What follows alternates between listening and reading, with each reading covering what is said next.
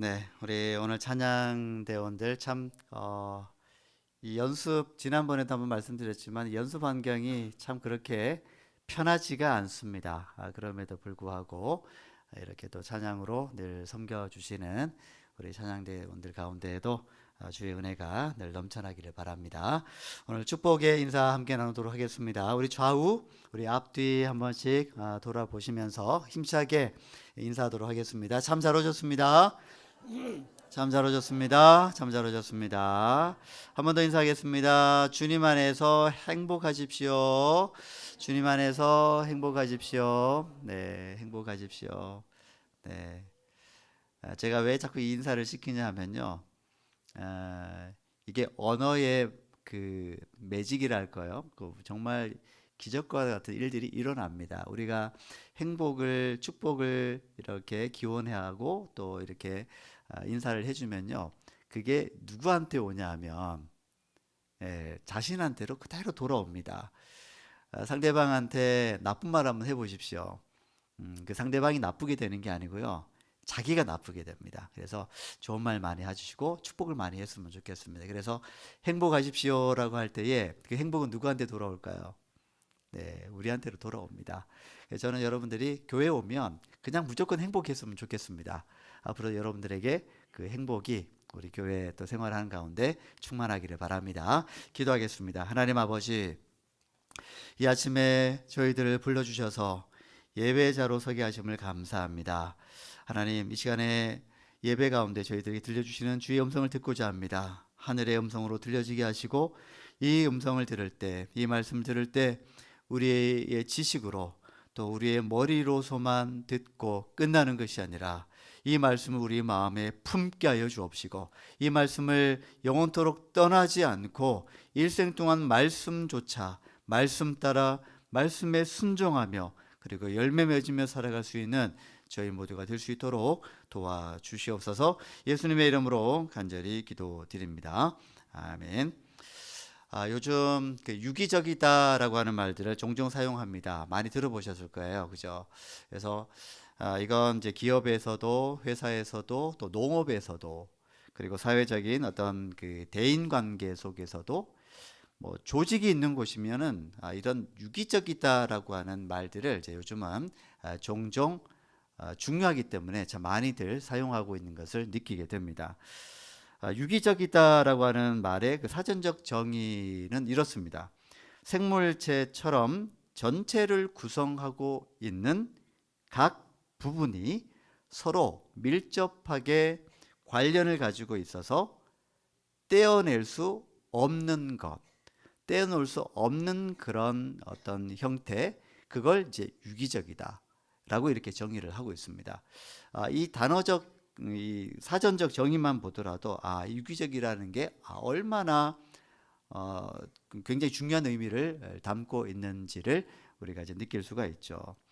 자, 오늘 말씀을 좀 들여다보면요, 사도 바울을 통해서 말씀하시는 게 이겁니다. 몸은 하나인데 우리에게는 많은 지체가 있다라는 것을 가르쳐 주고 있습니다. 몸에는 많은 지체들이 있는데 이들이 서로 모두 유기적으로 연결되어져 있어서 뗄래야 뗄 수 없는 그런 관계에 있다. 지금 여기 지금 자리에 다 앉아 계시는데 지금 다 각각인 것 같잖아요, 그죠? 근데 오늘 말씀을 통해서 우리가 가만히 들여다보면 우리는 각각이 아니라 정말 서로 유기적으로 잘 연결되어져 있어서 뗄래야 뗄 수 없는 그런 관계에 있다. 그래서 우리가 한 몸이다, 한 공동체다, 그렇게 교회를 이루고 있다, 이렇게 말씀을 하고 있는 것입니다. 아무도 이렇게 동조를 안 해주시는 것 같아요. 우리가 뭐가 연결되어 있냐라고 하시는 것 같은데, 자, 오늘 말씀의 핵심은요, 이겁니다. 결론적으로 말씀드리면 우리가 한 몸이 되고 싶어서 된 게 아니고 우리가 예수 믿는 그 믿음을 가지고 그리스도 안에서 우리가 이게 한 공동체를 이루게 되었을 때는 우리의 각 지체들이 한 몸을 이루는 것이기 때문에 이 관계가 매우 중요하다. 뗄래야 뗄 수 없는 유기적인 관계가 이미 우리의 생각과는 상관없이 이미 그렇게 존재적으로 되어져 있다라는 것을 오늘 말씀을 통해서 우리에게 가르치고 있는 것입니다. 그렇기 때문에 여러분 뭐 여기에 대해서 믿음을 안 가지셔도 됩니다. 사실을 말씀드리는 겁니다. 여러분들 각자 지금 한 분 한 분들이요, 저도 그렇고요, 전부 유기적으로 한 몸 덩어리로 이렇게 연결되어져 있는 것입니다. 자, 이게 왜 우리에게 중요한가에 대해서 오늘 말씀을 통해서 계속해서 말씀을 듣고자 합니다. 아까 말씀드린 것처럼 그리스도 안에서 우리가 한 몸이 되어졌다라고 하는 것. 자, 이것이 우리가 서로를 바라볼 때에 그런 어떤 하나의 관점이 되어져야 할 필요가 있습니다.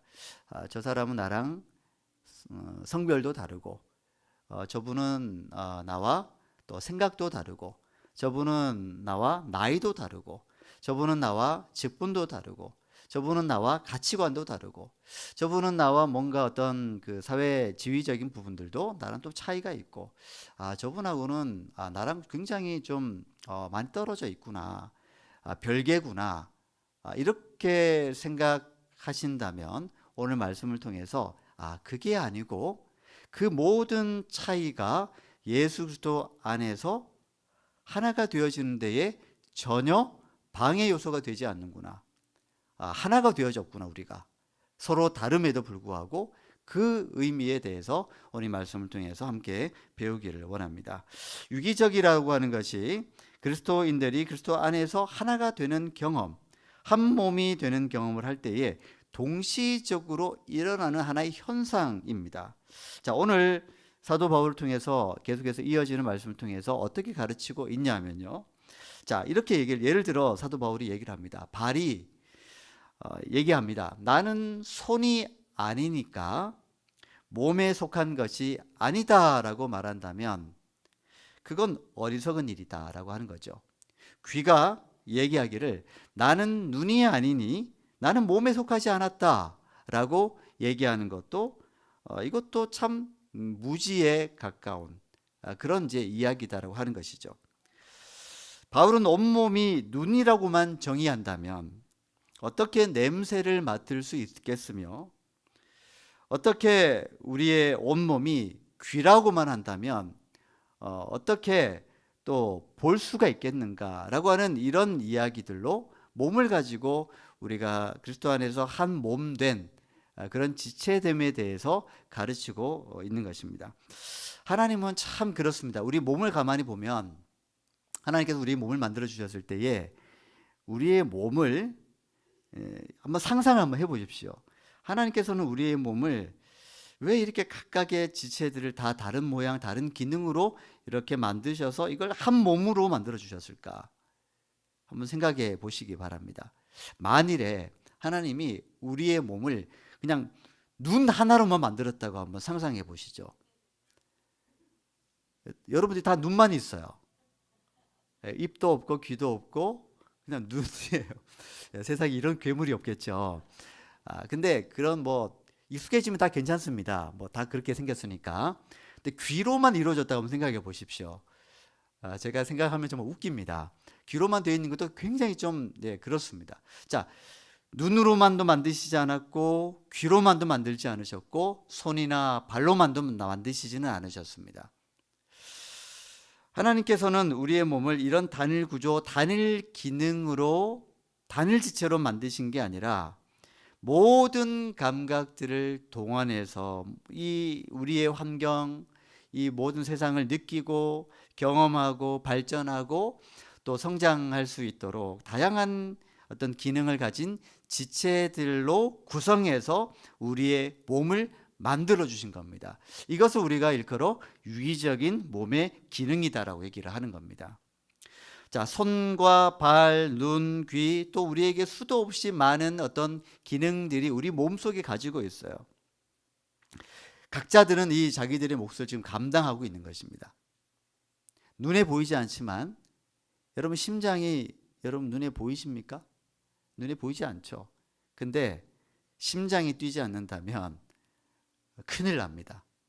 우리 여기서 설교 듣지도 못하고요. 예배 드리지도 못합니다. 근데 이 심장은 자기의 기능대로 열심히 여러분들이 태중에 여러분들 생명이 잉태되었을 때부터 심장이 만들어지는 그 순간부터 지금까지 단 한 번도 쉬어 본 적이 없습니다. 매일매일. 빠른 사람들은 뭐 1초에도 뭐 1초에 한 번씩 또는 1.2번, 1.5번 이런 식으로 계속 뛰고 있습니다. 쿵쾅 뛰면서. 자, 만일에 이런 각각의 기능들을 감당하고 있는 그 지체들이 어느 날 갑자기, 예를 들어 어느 날 귀가 그렇게 얘기를 선언을 합니다. 야, 나는 평생 동안 이거 매일 소리를 듣느라 너무 피곤해. 아, 이제는 너무 지쳤어. 내가 한 일주일만 좀 쉴게. 그리고 귀를 딱 닫아버립니다. 어느 날 눈도, 야, 나는 태어나면서부터 지금 눈 뜨기 시작하면서부터 잠자는 순간 외에는 매일매일 눈 뜨고 있어가지고 정말 죽을 지경이야. 나 일주일 동안만이라도 좀 눈 좀 감고 아무런 것도 보지 않을게 하고 눈을 감아버린다면, 나는 지금까지 음식 소화시키느라고 내 평생 동안 고생해 왔는데 나 한 열흘만 쉴게. 열흘만 쉴게 하고 위장이 파업을 해버린다면, 요즘 파업을 많이 하더라고요. 뭐 택배도 파업을 왜 이렇게 많이 하는지 모르겠습니다. 파업을 했다고 손 칩시다. 어떤 일들이 벌어질까요, 여러분? 네. 근데 하나씩 그래도 파업하면 괜찮은데, 만약에 동시다발적으로 눈도 파업이요, 귀도 파업이고, 그 다음에 또 위장도 파업하고, 여러분 심장 아니고요, 신장이 파업해 버린다면 어떻게 될까요? 네, 아마 다음 주쯤이면 아마 아무도 여기에 앉아 있지 못할 겁니다. 여러분, 이게 만약에 그런 일들이 일어난다면 우리는 조만간에 사망 선고를 받을지도 모를 일입니다. 그런데 그런 일들이 나타나지 않죠. 모든 지체들은, 우리 몸의 지체들은 각각의 기능대로 하나님께서 원래 그렇게 일하라고 하신 그 기능대로 지금도 우리의 어쩌면 의지와 뜻과는 상관없이 계속해서 그런 기능들을 하고 있는 겁니다. 심장은 펌프질을 하고 있고요. 신장은 노폐물을 걸러주고 있고요. 위장은 우리의 먹었던 음식들을 소화시켜 주고 있고요. 우리가 피곤할까 봐 간에서 모든 것들을 해독시켜 놓고 있고요. 그리고 우리가 잠을 잘 잘 수 있도록 우리 몸에 또 뇌에서 잠 잘 잘 수 있는 호르몬을 보내줘 가지고 잠잘 수 있도록 또 해주고요. 정말 이게 얼마나 매일매일마다 유기적으로 이런 일들이 일어나고 있는지 모릅니다. 이렇게 움직일 때에 우리가 생명을 유지를 할 수가 있는 거죠. 이게 바로 하나님께서 우리에게 주신 생명의 원리, 창조의 원리라고 하는 것입니다. 여러분, 그 발톱을 혹시 꺾어 보신 적이 있으십니까? 꺾여 본 적이, 일부러 꺾으신 게 아니고 꺾여 본 적이 계십니까?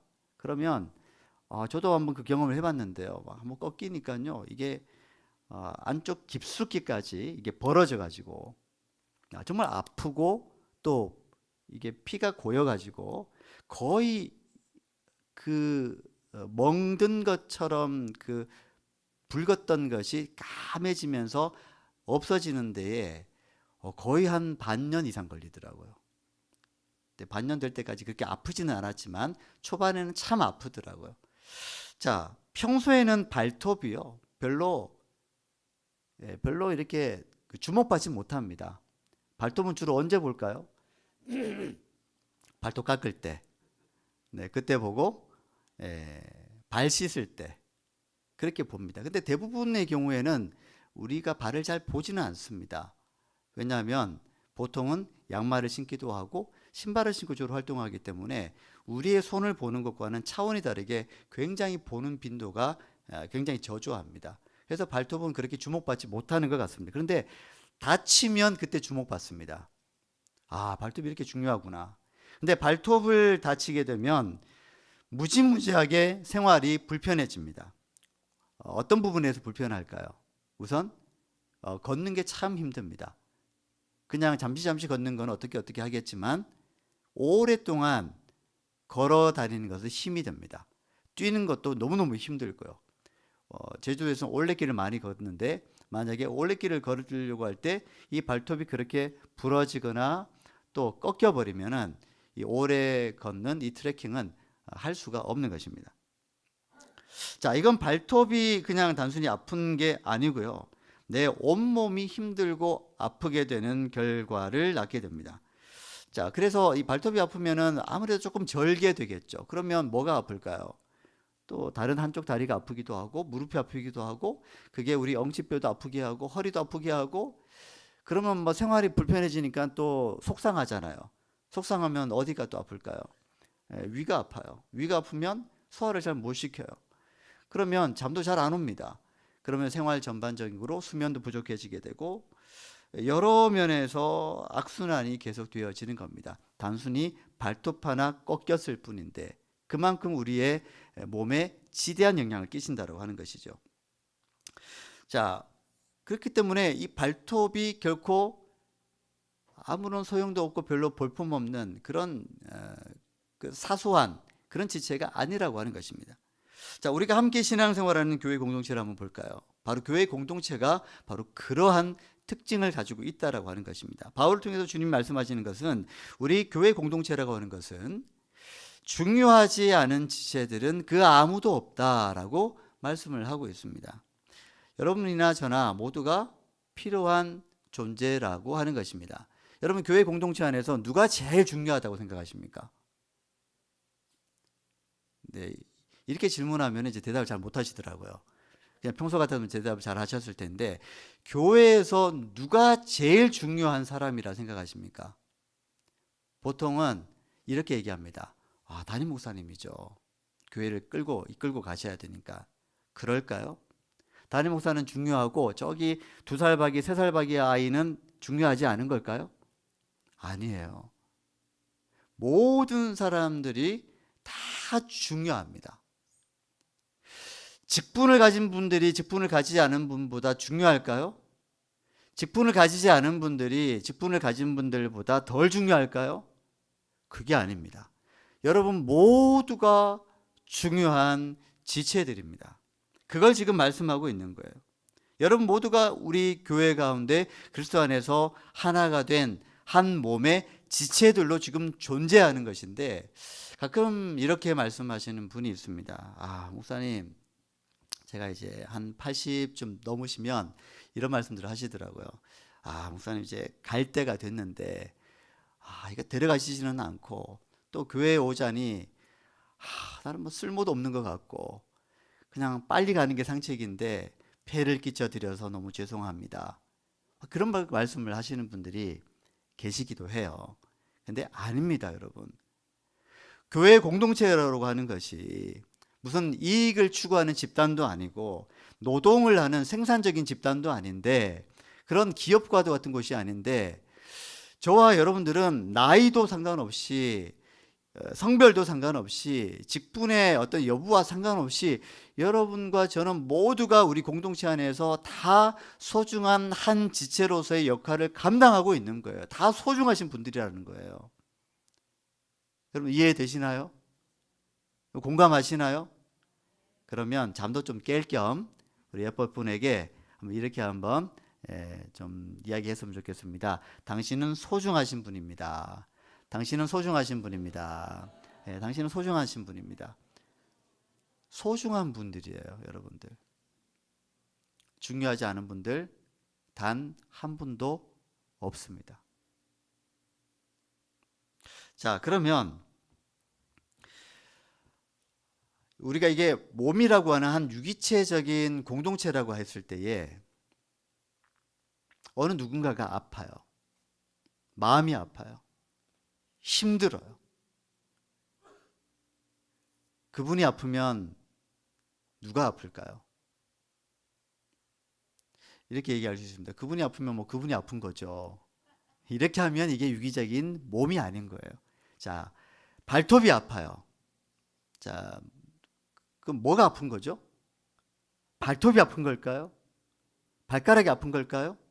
아니죠. 몸이 아픈 거예요. 가끔씩 좀 위장이 좀 뒤틀리고 좋지 않아 가지고 교회를 갑자기 못 나오시는 분들이 계세요. 그러면 보통 뭐 예를 들어 위장에 궤양이 생겨가지고 갑자기 못 나왔다고 치지요. 자, 그러면 왜 못 나왔는지에 대해서 나오지 못하셨는지에 대해서 보통 어떻게 얘기할까요?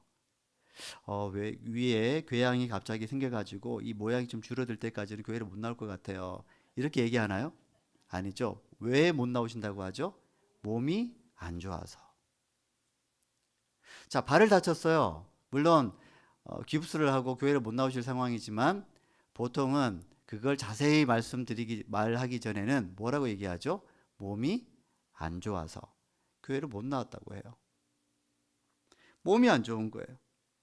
우리의 지체가 아프면요, 그 사람이 아픈 게 아니고 우리가 아픈 거예요. 남 몰라라고 하는 것은 마치 발가락이 아픈데 너 발가락 참 많이 아프겠구나. 그래, 내가 기도할게. 자기 몸인데 그렇게 이야기하는 것과 똑같은 겁니다. 바울은요, 고린도 교인들을 향해서 이렇게 외치고 있습니다. 여러분은 그리스도의 몸이요, 따로따로는 다 지체들입니다. 교회라고 하는 공동체는 유기적이어서 다양한 은사대로 또 일꾼을 세우셨다라고 사도 바울을 통해서 말씀을 하고 있습니다. 그래서 오늘 사도 바울이 오늘 우리가 읽지는 않았지만 사도 바울을 통해서 28절에도 이렇게 말하고 있습니다. 어떤 사람은 사도로, 어떤 사람들은 예언자로, 어떤 사람들은 교사로 세우셨고, 또 어떤 사람은 기적을 행하는 사람, 병 고치는 은사를 받은 사람, 남을 도와주는 사람, 관리하는 사람, 여러 가지 방언을 말하는 사람 등등으로 세우셨다라고 사도 바울을 통해서 말씀을 하고 있습니다. 자, 그러면서 바울은 반어법을 사용하면서 이렇게 말하고 있습니다. 자, 그러면 어떻게 모두가 사도일 수 있겠습니까? 어떻게 모두가 예언자이겠습니까? 어떻게 모두가 교사이겠습니까? 그럴 수 없다는 얘기죠. 그럴 수 없다는 얘기입니다. 교회를 은사적인 차원에서 본다면 우리 모두는요, 똑같은 은사를 받지 않았습니다. 각 지체들마다 그 지체들마다의 기능, 고유한 기능이 있는 거예요. 여러분, 눈이 귀의 기능을 할 수 있을까요? 위장이 대장의 기능을 할 수 있나요? 발이 손의 기능을 할 수 있을까요? 아니요, 그럴 수 없어요. 교회는요, 그 은사를 따라서 각각의 지체들이 그 은사를 따라서 섬기는 곳입니다. 그게 유기적으로 연결되어 있기 때문에 그걸 바로 한 몸 된 교회 공동체라고 그렇게 일컫는 것입니다. 자, 제가 이해하기 쉽도록 말씀드릴 건데요, 오해는 없기를 바랍니다. 가상의 예를 들어 말씀드리는 겁니다. 자, 매주 예배 때마다 다른 모든 그 순서도 중요하지만 그 모든 순서가 매끄럽게 은혜롭게 잘 진행될 수 있도록 또 한 기능을 하는 그게 뭐냐 하면 바로 이제 예배 때 반주입니다. 피아노 반주입니다. 피아노를 반주할 수 있는 기능이 그냥 단순히 있기 때문에 예배 반주를 하는 건 아닙니다. 이 반주를 통해서 나도 은혜 받고 성도들도 은혜 받고 또 하나님께 영광을 돌리기 위함이죠. 자, 그런데 어떤 욕심 많은 성도님이 가만히 보니까 우리 이제 그랜드 피아노잖아요, 그죠? 멋있어 보이죠? 예, 나도 저 피아노로 한번 섬겨봐야 되겠다. 근데 그 성도님은요, 도레미도 모르는 성도님이세요. 도레미를 칠 수 없는 성도님이세요. 근데 피아노 치면서 이 섬기는 게 너무 좋아 보이고 멋져 보이고 저렇게 하면 하나님 더 좋아하실 것이다라는 생각을 한 거예요. 그래서 저를 찾아왔습니다. 진짜 찾아온 게 아니죠. 가상으로 그렇게 그 마음을 가지고 찾아왔어요. 목사님, 제가 한 100일 동안 좀 기도를 해봤는데 저 피아노 반주를 제가 좀 할 수 있도록 하나님께 구했는데 목사님께 말씀드려 보라고 하더라고요. 목사님, 저 피아노로 반주를 통해서 제가 좀 섬겼으면 좋겠습니다. 근데 제가 그분을 알거든요. 피아노에 피자도 모르는, 도레미도 누를 줄 모르는 그런 분인데, 자, 제가 어떻게 대답할 것 같아요? 섬기시겠다는데, 피아노를 반주를 섬기시겠다는, 제가 어떻게 대답할 것 같아요? 네, 한번 그래요. 아유, 응답 받으셨구나. 네. 한번 그러면 다음 주부터 당장 한번 예배 반주 한번 섬겨 보십시오. 이렇게 하지 않겠죠. 그렇게 못 하죠. 왜냐하면 피아노를 칠 수 없는데요. 어떻게 그걸 마음만으로 그렇게 피아노를 친단 말입니까? 할 수 없는 거예요. 불가능한 얘기입니다. 은사가 없기 때문에 할 수 없는 거예요. 그 마음의 문제가 아니라 은사가 주어지지 않았기 때문에, 또 훈련되지 않았기 때문에 할 수가 없는 거예요. 자, 그렇다고 해서 그분이 이 공동체 안에서 아무런 의미가 없는 분일까요? 또 아니에요. 또 보니까 이것도 가상입니다. 그분이 가만히 보니까 찬양을 참 잘하시는, 목소리가 너무 좋아요. 그래서 이분은 찬양을 잘하시는 분이기 때문에 어디에서 섬길 수 있는 거예요? 그 성가대로, 찬양대로 섬길 수가 있는 거예요. 괜히 피아노 반주에 욕심낼 일이 아니라고 하는 것이죠. 피아노를 치실 수 있는 분은 하나님께서 그 은사를 주셨고 그 마음과 열정을 주셨기 때문에 그렇게 섬기는 것이지, 마음만 있다고 해서 섬길 수 있는 게 아니에요. 어떤 분들은 잘 섬기는 분들이 있어요. 이렇게 사람들을 잘 대접하고 또 잘 안내하고 또 참 마음을 편안하게 해주시는, 또 뭔가 부족한 것들이 있으면 또 갖다가 필요한 것들을 좀 제공도 해주고 자기의 것들을 좀 희생해가면서 그렇게 잘 섬기는, 그걸 기쁨으로 여기시는 분들이 있어요. 근데 그걸 좀 따라해 보려고 하다가 좀 가랑이 찢어지는 분들도 가끔씩 있을 수 있습니다. 그거 잘하시는 분들은 그거 잘하시면 되는 거예요. 이처럼 우리 모든 사람들은요, 각자의 은사대로 다양한 섬김들을 할 수가 있고요. 이를 통해서 우리는 주님이 원하시는 그 뜻대로 한 몸으로서 유기적으로 계속해서 그런 공동체를 발전시켜 나가는 각각의 지체들이 될 수 있다라고 하는 것입니다. 피아노로 잘 훈련 받으신 분들은 그것을 은사대로 쓰임 받고요. 찬양을 잘 하시는 분들은 그 받은 목소리대로 그것을 은사로 삼고 찬양으로 쓰임 받으면 되는 겁니다. 잘 가르치시는 분들은 교사로 쓰임 받으시면 되는 겁니다. 또 이게 더러운 거를, 이건 진짜 죄송합니다. 더러운 꼴을 보지 못하는 분들이 계세요.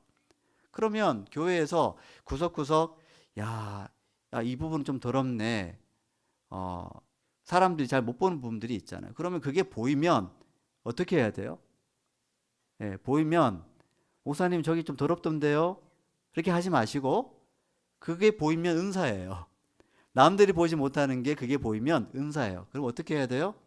그럼 관리 집사님한테 집사님 제가 저 부분을 좀 청소하고 싶은데 좀 청소 도구 좀 주십시오. 그러고 빗자루 들고 밀대 들고 또 가서 그 부분을 청소하시면 되는 겁니다.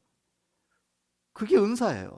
남들이 잘 못하는 거, 남들이 잘 못 보는 거, 남들이 잘 못 듣는 걸 내가 할 수 있으면 그게 은사예요. 그 주어진 대로 섬기면 그게 교회 공동체의 덕이 된다고 하는 것입니다.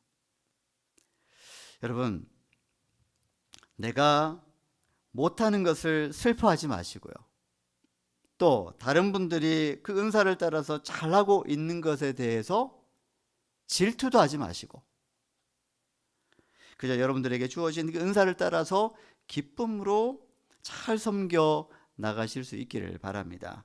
그리고 여러분이 그 자리에서 섬기는 그 곳에서 놀라운 공동체의 성장이 일어날 수 있다라고 하는 것을 말씀 안에서 확신을 가지고 나아가실 수 있기를 바랍니다. 주님께서 우리 성도님 여러분 한 분 한 분들에게 각자에게 주신 은사가 분명히 있습니다. 그 은사를 무엇보다도 잘 분별할 수 있는 지혜가 좀 필요하고요. 잘 모르겠으면 기도하십시오. 그리고 그 은사를 통하여서 하나님 주신 그 하나님 그 공동체 안에서 또 함께 다른 은사를 가진 성도님들과 더불어서 아름답게 이 공동체를 성장시켜 나가는 데에 또 여러분들이 그 각자의 또 책임과 또 각자의 그 위치에서 쓰임 받는 그런 한 분 한 분들이 또 다 되실 수 있기를 주님의 이름으로 축복합니다. 기도하겠습니다. 하나님 아버지, 저희들을 예수 그리스도 안에서 믿음으로 한 믿음 안에서 우리 모두를 각각의 지체로 불러주시고 또 한 몸을 이루게 하신 것을 감사를 드립니다. 저희들이 이 믿음을 가지고 누군가가 아플 때 나도 아픈 한 몸의 경험을 하게 하여 주옵시고, 누군가가 그 은사를 감당할 때에 그것에 대해서 질투하는 것이 아니라 그 은사를 따라서 잘 섬기는 분들을 향하여서 격려하게 하시고, 또한 나에게 주신 그 은사를 따라 또 섬겨 나갈 때에 그 모든 은사와 은사가 잘 유기적으로 연결되어서 건강한 공동체를 이루어 나가는데 우리 모두가 쓰임 받도록 인도하여 주시옵소서. 예수님의 이름으로 간절히 기도드립니다. 아멘.